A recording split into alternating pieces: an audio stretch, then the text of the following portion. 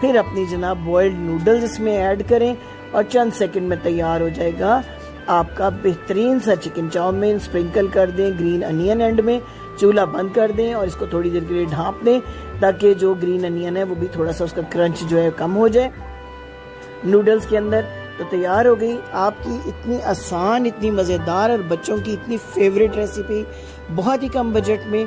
उम्मीद है आपको रेसिपी बहुत पसंद आई होगी। तो जनाब सब्सक्राइब करना मत भूलिएगा हमारे चैनल को। हमारे चैनल पर चाइनीज़ रेसिपीज़ की एक अच्छी खासी तादाद अपलोड की गई है जिससे आपकी तरफ से बहुत अच्छा फीडबैक मिला। अभी भी आपके कमेंट्स का इंतज़ार करेंगे।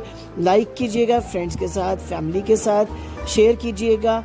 बेल आइकन का बटन ज़रूर प्रेस करें ताकि हमारा और आपका साथ जुड़ा रहे और हम आपको ये सादा और आसान सी रेसिपीज़ बनाकर देते रहें जिससे आपका किचन महकता रहे और आप हमें अपनी दुआओं में याद रखें। Thank you for watching. अल्लाह हाफिज़।